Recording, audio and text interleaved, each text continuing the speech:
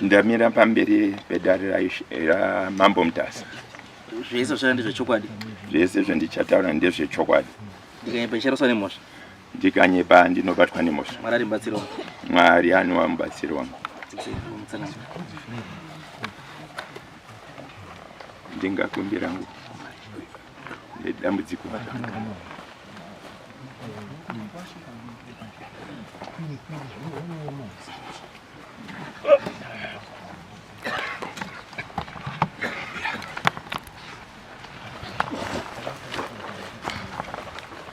Pamusoro changamira. Ini ndinoitwa Mupfunya. Ndini ndakapira dare renyaya irunetsa kumusha. Ina vanhu vakagariswa mumunda mangu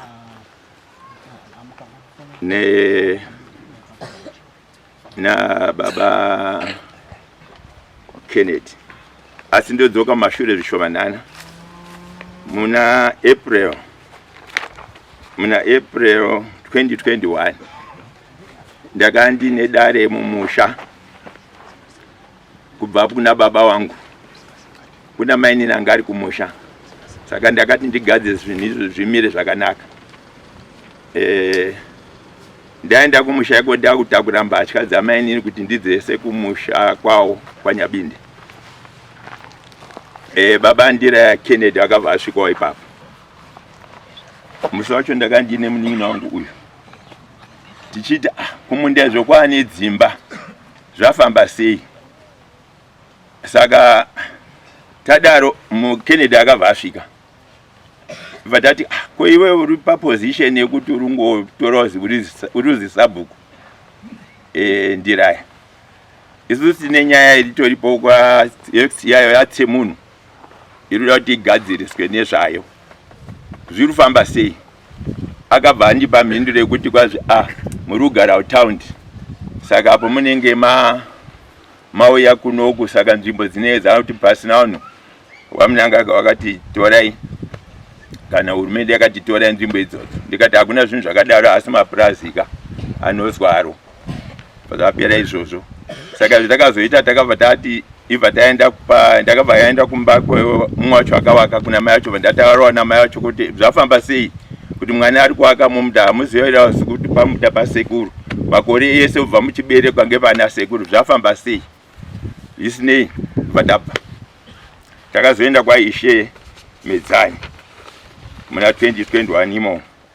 Papa ine matare mairi ratsemunhu ngekuti mumashure kwakaita kuti izvo sekuru Lameki Tsemunhu angaide bhuku aiwa mudhumeni achifamba munomu. Akabatisa bhuku rake kuna kwaNdiraya Sebastian Ndiraya. Saka ushaka kwakaita waNdiraya mwana wacho uyu Kennedy akabva automatically abvangutora basa iroro. Handizovangu kuti akafambisawo sese kuti atore basa iroro sabhuku. Saka takaendawo naIshe Madzani tichiti pane nyaya yoda kugadziswa kwaTsemunhu bhuku riite zvakanaka. Saka takaenda nanasekuru awari apa Bezeromea ndo Tsemunhu wacho ane zvitupa zvedu zvakazi Tsemunhu. Taenda ikoko takaona Ishe Medzani akatitambira zvakanaka.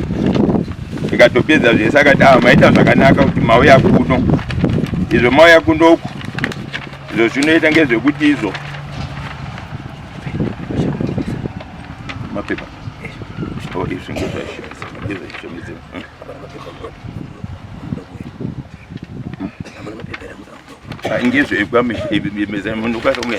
zvese izvo.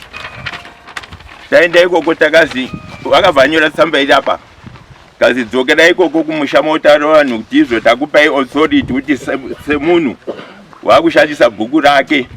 Ivhanyura tsamba ibva zvadhindwa zviri pamapepa. Tazoti gare wakazondifonera mwana anozi tichaona. Akazvese zvakaitwa hazvisi correct. Dzokai futi kuno. Saka takadzoka kechipiri. Kazi mukoda kubviswa mbudzi. Yekuti ibviswe mbudzi tabvisa $50. Tabvisa $50 here. Wakati izvo imimi mochenda kuno Kennedy Ndiraya haana kuya kuno. ngoti ndakaisa nyaya mbiri ipapo kuti yemunda neana sekuru yebhuku. Saka tiri ipapo vakabvaita dambudziro kuti uyu tichaona akabva atati aiwa mapepa nyatigonesa kwa DC because zvinhu zvakurejeswa unotanga mazodzoka futi panyuwani panyaya iyoyo. Saka kaka kechipiri isu takataenda kumusha vadadreswa notice tapiwa naishe yekuti taane bhuku radzoka kwa semunhu. ZvaKennedy hapanapo zvakanyoreswa nezvazvo zviri official kubhuku. Saka ivo taisa tsamba kuti Kennedy uyu wakatora vanhu ukagarisa vanhu vairi mumunda medu isusu uri kuacta sabhuku uchipa vanhu wawirirana natichaona. Saka ticha takazodzoka katatu achiti Kennedy haasi kuuya kudai. Kennedy anga asi kuuya kudai dare kusvika Kennedy azouya kazinyorai matsamba iva tanyora matsamba ezi bhuku navanhu vekwandira vakanyora tsamba riri apapo vekwabosa vakanyora vekwasemunhu vakanyora tsamba yavo ikapinda ipapo.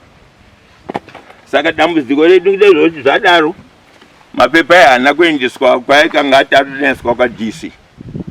Saka takazoenda kuti kaona mai tichowanganya ndofunga taenda ikoko takatenderwa futi takaenda futi katatu kusvika azotora mapepa evho aendesa ibhuku rekwasemunhu. Saka tadzoka isusu mukomana uyu akagara pamunda wakatanga kundivhundutsira ndakandinawo neuyu kuda kundirowa wakomana wachewa. Saka takasiya zvakadaro ini ndakaitwa operation musana makore kubva 21 ndiri kutambudzika nespinal cord. Saka musi uno ndakazoona kuti no ndotagara ndakareka ndichiunze nyaya yangu kuno kwamambo ngokuti zvakangomira padare iroro. Saka ndakandumira kuti dare ravo rikanadzoka topinda nyaya yemunda. Saka ndikuona kuti iri ramba rakamira rasekuru rebhuku yekwasemunhu kuti vadzokere panhano yavo ndola riripo. Saka kuna vanhu vakagariswa vairi nawandiraya ngokuti ndo vari kutora papozi nekuti vari kuacta papote wesabhuku kubva pana baba vacho akashaya zvakanyorwa nemhuri yokuti vadzosa bhuku kuna vanhu vekwasemunhu. Ndodare rangu kune mambo wangu. Saka nyaya dzenyu mbiri nyaya dzenyu mbiri, one ndedzemunhu asina mararamiro ekupa vanhu pekugara ari kupa vanhu pekugara. Then nyaya yechipiri ndeyekudzoserwa kwebhuku rinandiraya kuna Tsemunhu. Ndo nyaya yechipiri. Asi hatibatanidzika nyaya dzacho. Tiri kutanga hedu. Alright. Tiri kutanga yemunda. Ndiyo yatiri kutanga.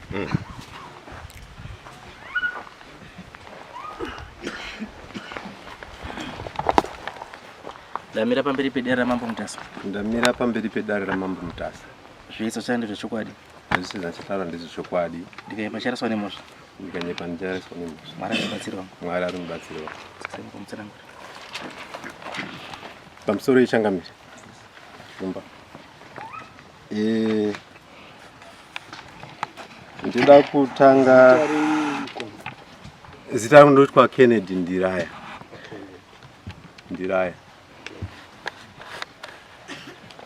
Ndakaona nhume dzenyu tichisvika kumba musi weChude nesamanisi riri kutaura kuti ndakatengesa minda yevanhu. Ndida kutanga kupindura ipapo pekuti ndakatengesa minda.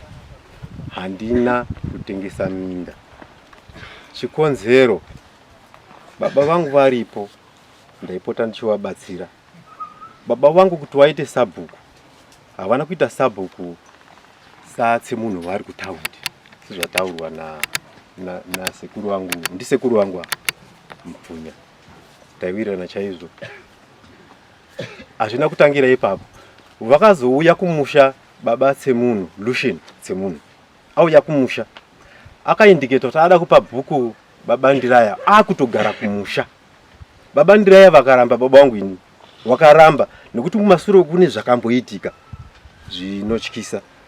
baba vakaramba vachiramba havana kutobvuma ba vakanditsanangurira kuti vakazotora umwe musi kanzuro iri kuuya waisosangana vari kunotora masalari pamangondoza padombo paizi padombo kudhuze nekwakagweda kuya ndoko wakauya kutorwa nasatsemunhu zvikanzi ndiperekedzewo kupi kudombo ndobva wavaperekedza masarari akudaidzirwa zita rababandira rakadaidzirwa babandira woti ko iwe chii chauri kuita kanzi aiwa ndimi sabhuku yakatsemunhu inini kwangu hakusina sabhuku handiti sabhuku nyuyi muripo ndo maendero akaita bhuku kwandiraya ini utanga chandati mutanga nechandati ndida kupedzisira nacho chandati nimutaure imimi whether makatengesa munda kana kuti makapa munda izvozvo hapana difference izvozvo right because chekutanga tinoda kuti tizive kuti munda wamakapa kana kuti munda wamakatengesa ndewenyu here ndewe uyu here ndo chekutanga inyaya yeownership ndo yekutanga kuti uyu chichemo chake ndechekuti imimi whether makatengesa kana kuti makapa munda wake ndo patoda chimbotaura nyaya yemunda kuti makapa here ndaida kutraya iyo tichaipinda panhamba 2 iyo muruda iyo tichaipinda panhamba 2 toda panhamba 1 makapa here kana kutengesa minda ndakapa munda yes after mai Chigunduru vauya kumba kwasabhuku kuti mwana wangu wakaroora akuda kuvaka ndikati munapo here pekuti awake zvikanzi pane patakaona ndikati ndepapi vakatsanangura panova paakazovaka saka sezvineyo mangwana achita tiri kuita dare matomira ipapo hatidi kuwesta nguva mati imimi mai Chigunduru akauya kuna sabhuku aibva ati mwana wakuda kuroora akaroora saka akuda pekugara imi mubva mamvunza kuti pekugara pacho munapo here wakati pane pandaona ati pane pandaona ndokubva maenda komupa yes because mazoti imimi paari kugara izvozvo paakugara izvozvo saka taura izvozvo zvatakaita ndakati sezvinei mangwani tine dare revillage assembly tobva taenda kudare ndibva ndazovadaidza mai Chigunduru chitaura nyaya yenyiya yemunda tizive kuti pakamira sei pamuri kutaura pacho ndobva vatsanangura kuti mwana wangu ada wakawo pakadai ndichibva ndapira dare village kuti izvo zviri kutaura muri kuzvinzwa here village mune pokana napo here pakamira sei patiri kutaurwa vanhu vese vakati mhinduro dzandichikutondera dzakapindurwa nevanhu wakati kune mhamhatsi hapana nei kumatombo kunotyisa ndikatoti kuna mai ava muri kuzwa kuruzi kunotyisa hapana akataura kuti munda wemunhu pane pamusina kutaura sabhuku pari critical kunyaya yenyu yes wataura kuti kune mabhinya kune mhamhasi kunotyisa asi hawana kutaura kuti ndepaani yes chiri important ndechekuti dare renyu raifanira kutaura kuti pari free because hapana munhu but hamuna kutaura nezvozvo makataura nezvemamhasi neshumba nekutyisa nechi asi hamuna kutaura kuti ngepaani bo chiri chakunzai kudare nhasi handi mhamhasi nemabhinya chakunzai kudare nhasi ndechekuti makapa munhu wemunda wemunhu kumunhu which means kuti ndiyo chinhu chachiri very critical pamakaita discussion yenye village assembly kuti the first thing is to determine ownership kuti nzvimbo iyoyo is it vacant here saka village yakati is vacant village yakati kune nei izwai ini ndichadaida kunzwa kuti munda wani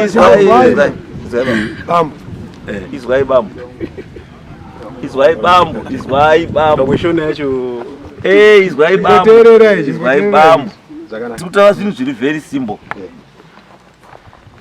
ndiri kuti village assembly yenyu yakagara asi yagara haina kuita basa rayo ndizvo zvakutoreva because basa rekugara kwevillage assembly handiti kuapprova or to disapprove application ndizvo application yadini chikumbiro chadi chauya saka kugara kwevillage assembly kubvuma kana kuramba chikumbiro handizvo saka mukutaura kwamuri muti village assembly haina kuramba chikumbiro yakabvumira ndizvo zvandikuda chete nekuti vakati kunene hakuna ndo pano pauya mubvunzo wangu yekuti village assembly yakabvuma asi yakabvuma isina kuita ongororo izvo ndobvumirana nazvo ndizvo ndizvo handiti because ndaito expecta kuti village pane achataura kuti uyu munda wanhingi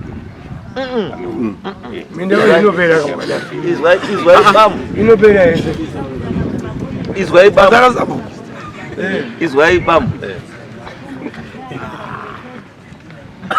bamu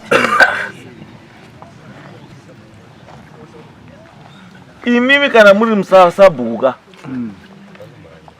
tinoexpecta kuti kana muri sabhuku ndimi munofanira kuziva mutanha wenyu kudarika munhu wese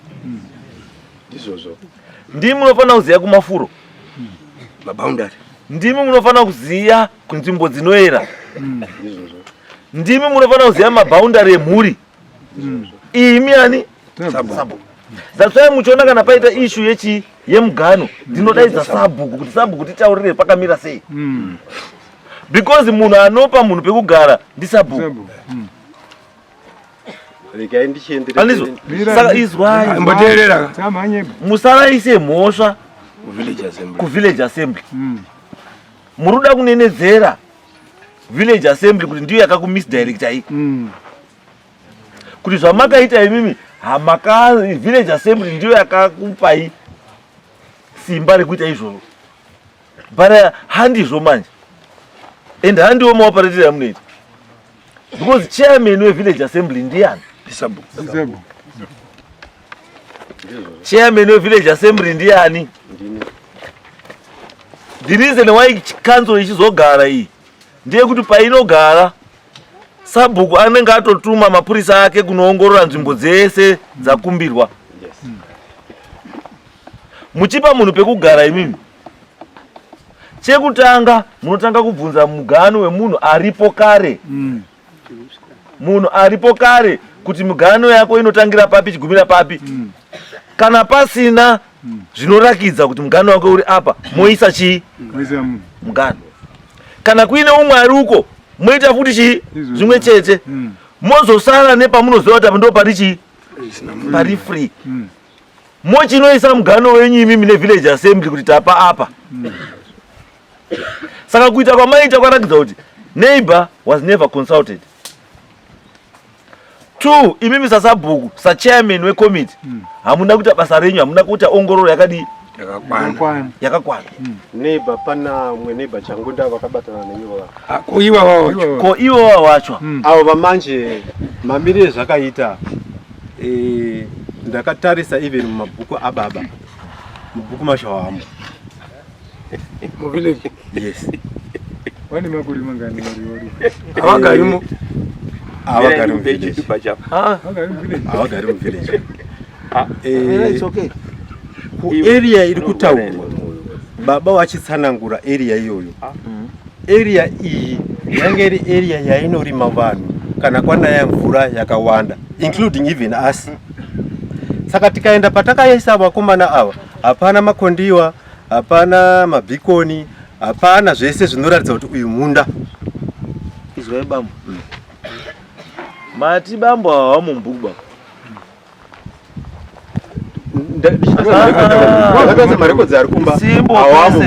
Simbo kwese. Yes, awamu.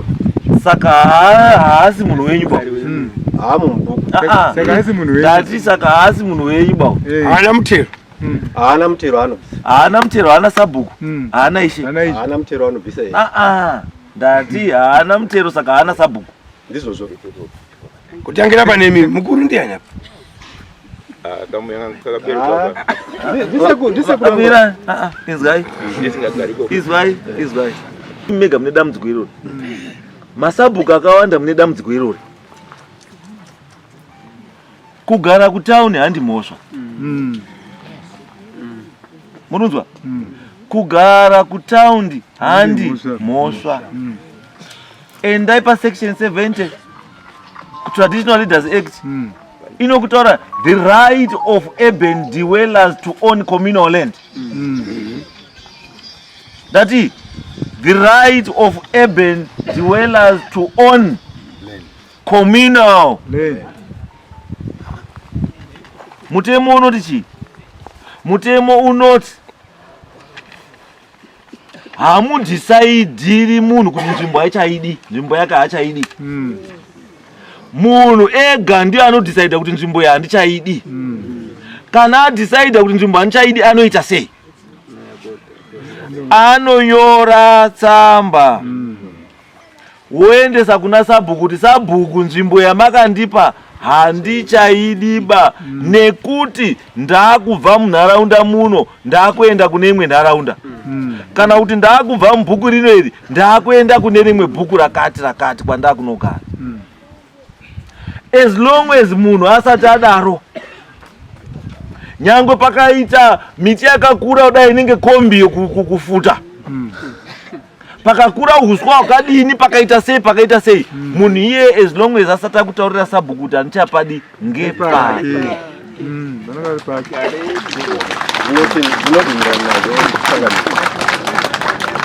Chechipiri, masabhuku imi vamenoti mutemo wemakaona kupi? Wekuti dzimba dzikadonha makufanira kupa munhu. Dzimba dzemunhu dzikadonha makufanira kupa umwe munhu. Mutemo wemakaonepi?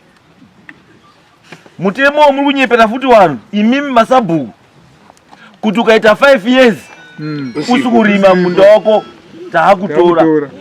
Makauonepi mutemo iwowo? Mutemo takaupuwa, isisi kwedu takaupuwana ishe medzani. Izwai ndikutaurei. Hakuna ishe anocreata mutemo wake. Hakuna sabhuku anocreata chi? Mutemo wake. Mutemo weland Zimbabwe yese kumatebhereland nekuno kumanikare ndokafanana. All land is state land. Muridzi wenzvimbo dzese ivhu rese muZimbabwe ndi president. That's why uchinzi munhu haubvumidzwi kutengesa land. Because ukatengesa land wadifrauda president land yake. That's why ukaenda kukoti ukazotengesa land mhosva yako inonzi chii? Ifraud. Watengesa chinhu chisiri chani? Chako. Andizvo. Saka endai motaurire mishe medzani kuti ndanga ndisingazivi kuti hauzivi. Uya ndikufundise. Unokanganisa vanhu magariro echi ewanhu. Andizvo. Yes, hakuna mutemo wekuti unotora dongo remunhu without authority yemunhu iwo. Hakuna. Ende chandoda ndikutaurirei,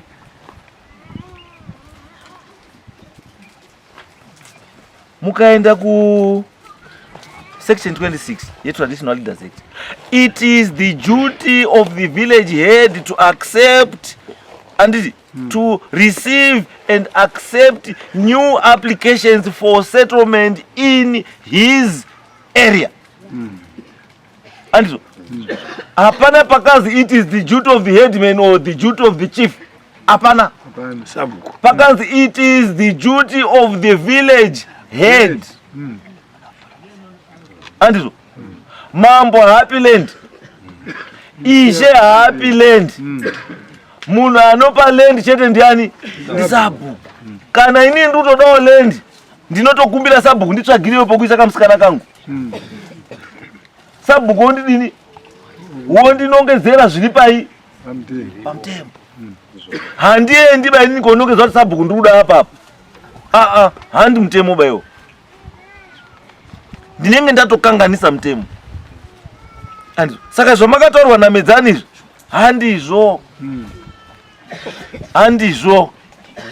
Ende mimi pamaifanira kuona chekutanga kuti pamaifanira kunga makagadzirisa pamakaona kuti makakanganisa.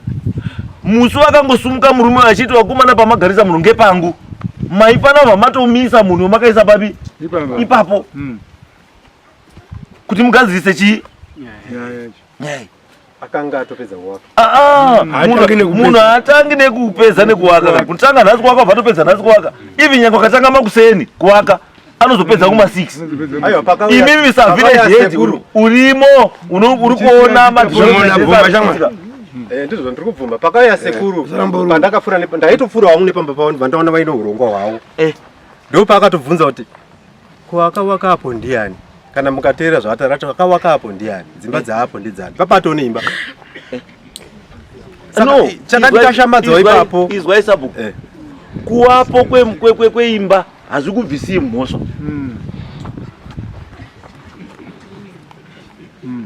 Musada kushandisa kuwapo kweimba kuti zvikubvisei mhosva. Handisi kushandisa izvo. Saka kuwa kweimba, imba yakawakwa paisingafaniri nhungu yakawakwa.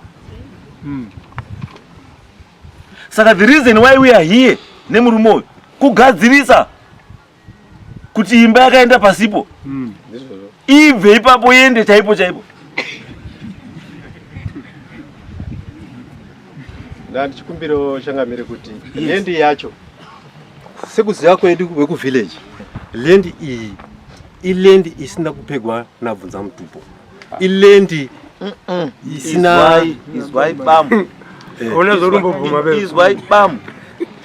Problem yamuri kuita imimi muri kubatanidza zvinhu zviri zviri kurwisana kuti zvifambe pamwe chete. Izvo zvisingafambi pamwe chete. Ndineza nditi muda kubatanidza allocation of land nevhiright kuwa sabhuku. Muri kubatanidza zvinhu zviri zvisiri kufambidzana. Imimi you want to prove kune murume wekuti ndimi masabhuku. Uyu mirai ende uyu haasi mubhuku. Uyu ada kupuruvira kuti usabhuku ngewedu. Ende mubhuku ndiri chii? Ndirimo. The reason why yasweka kubhadhira mutero kwauri is because handiwo nemaruramiro ekunga uri kuaccepta chi development level.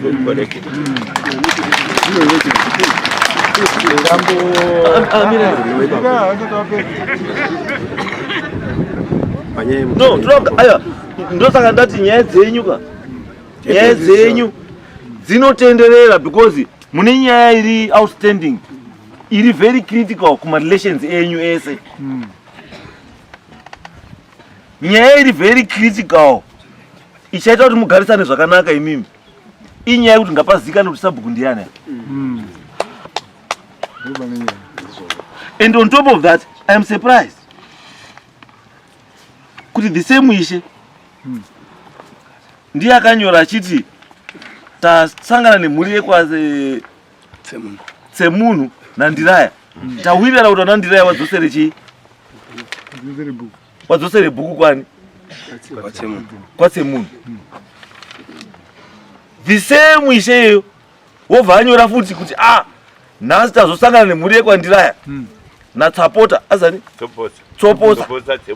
tsopotsa tibva taona kuti aiwa zvatakaita zviya izvi handizvova corruption. kuvezvizva kuti is the same person apa decision handiti wobva auya futi wobva azvitonga futi yega kuti decision ndakabva handiyo wobva aichinja futi. The chances are ari kuya futi nenumber 3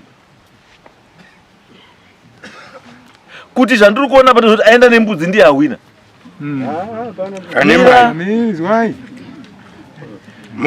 Aenda nechiro apa ndiye awina. Ende sei muri kuenda muri separate? Because vakaenda mhuri yatsopotsa iyi haina kuenda nevamwe wese, yakaenda yega. asi pakataurwa nyaya yekuzi kwabenhura yakwazani yatsemunhu iyi izonyowa tsamba yekuti tati usabhuku dzokoko wanhu vese vanga varipa anga aripo ndimukoma aiwa ari ega izwai ndimukoma ngari ega musikatozvizivi saka imva mazoendawo musina mukoma mukoma asikaziwo takanotsanangura mafambiro aita zvinhu nekuti varume vakauya pamba pangu gaiti kutaurire nyaya yenyu pairi izi paida kuita handiti tine nyaya dzakawanda. Nyaya yekutanga ndeyekuti according nezviri kutaurwa panapa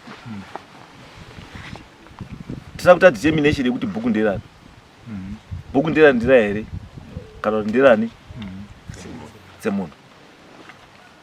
Saka izvozvo handikwanisi kupa decision ishasi papo ndisina kutaura futi marecords, ndisina kutarisa futi marecords kwa DDC because marecords anofanira kunge ariko kwa DDC ekuratidza kuti bhuku nderani handizvo. And imi mataura futi mega parangidza kuti bhuku harisi renyu.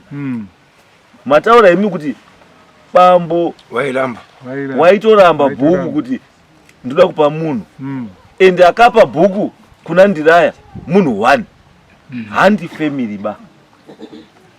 Asi let me remind you, bhuku, ushe, umambo hazvisi zvinhu zvene individual ba. Zvinhu zvedzinza.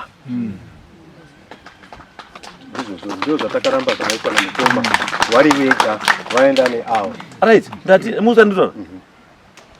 Imi mataura nemuromo wenyu kuti baba wenyu aitomboramba ari kupiwa chii bhuku achitoramba kuti hazviiti akanzi harisi redu akanzi iwewe ndiwe ndoda kuti uite chii sabhuku.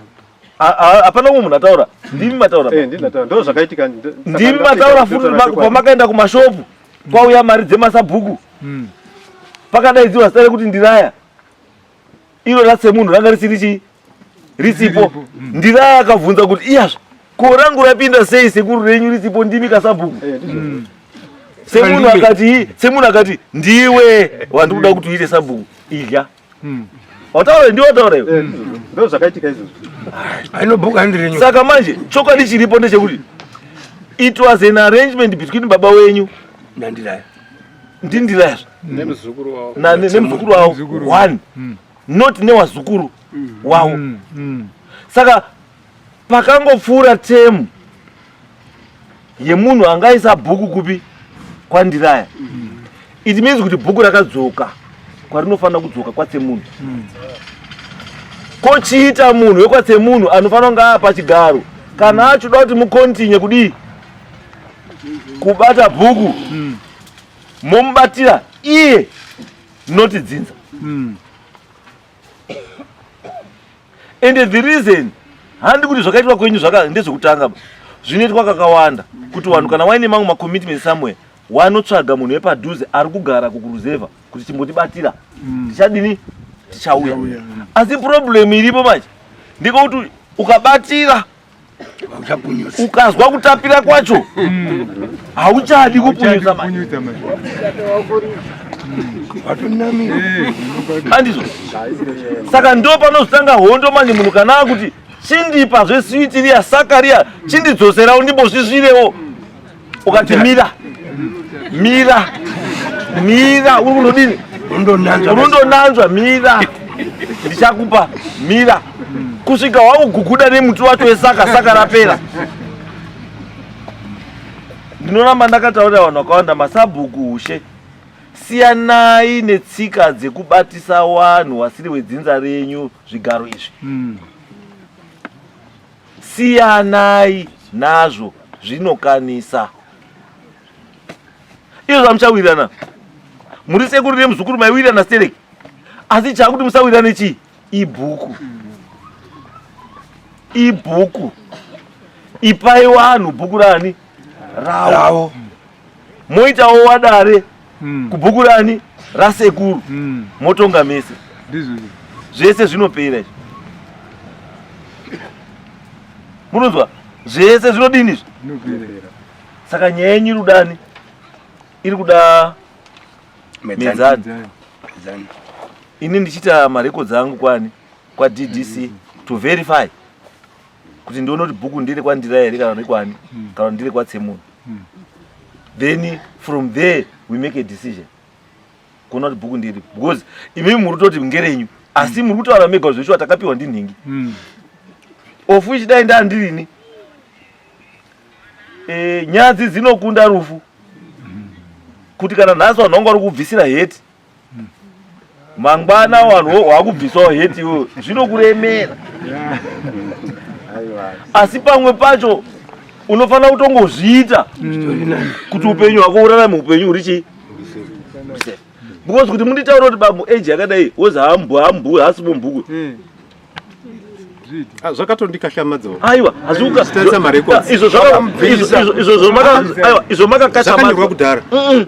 izvo makakachamadzwa imimi apa ndisekuru wenyu izvo makakachamadzwa makaenda here kuna sekuru kuti ko sekuru hamumumbuku sei musi mumbuku panga pane katenjeni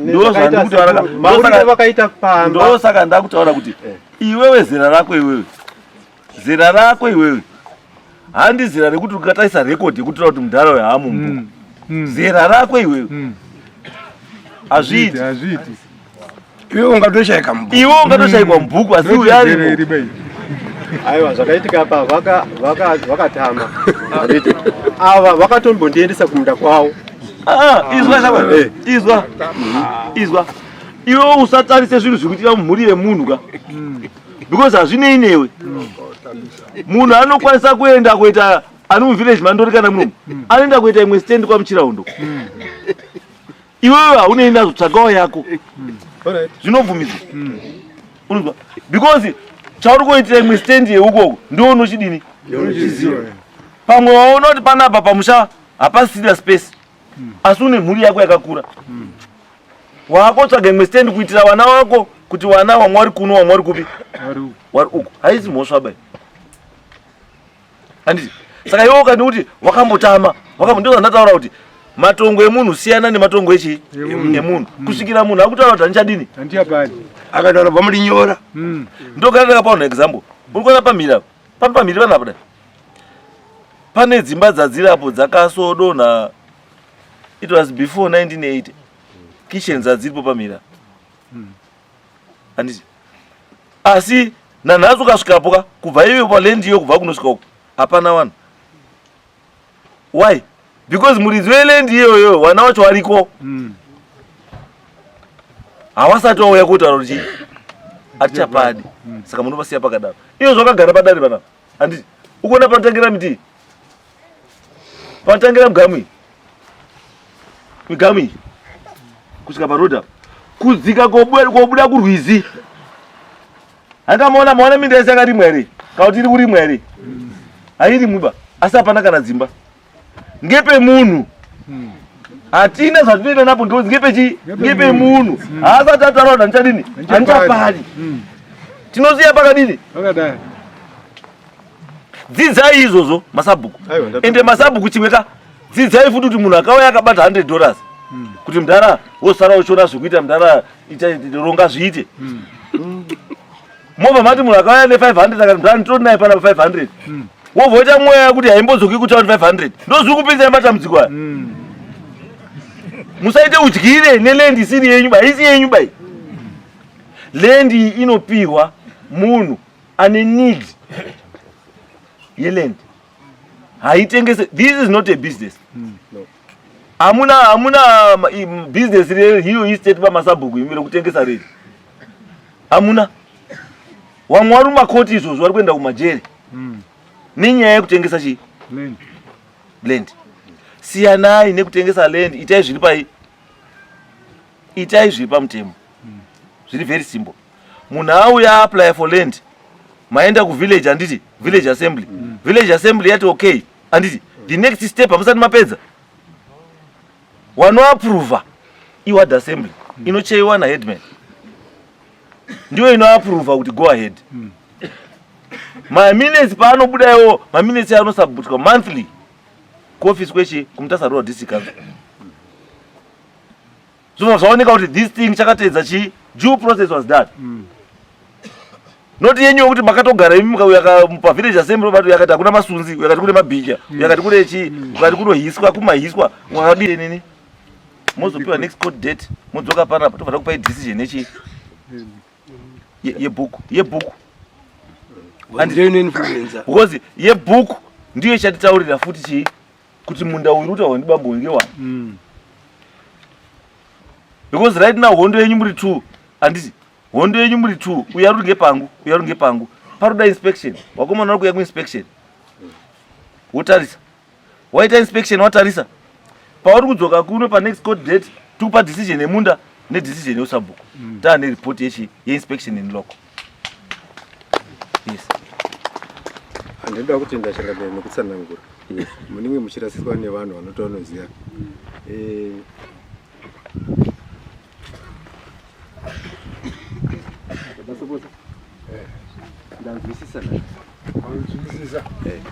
tochimirira zvirikudi tikati iwewe kurisa chitupa chinotendera chinotidze munhu saka uri andatse munhu ka asi muri sekuru wangu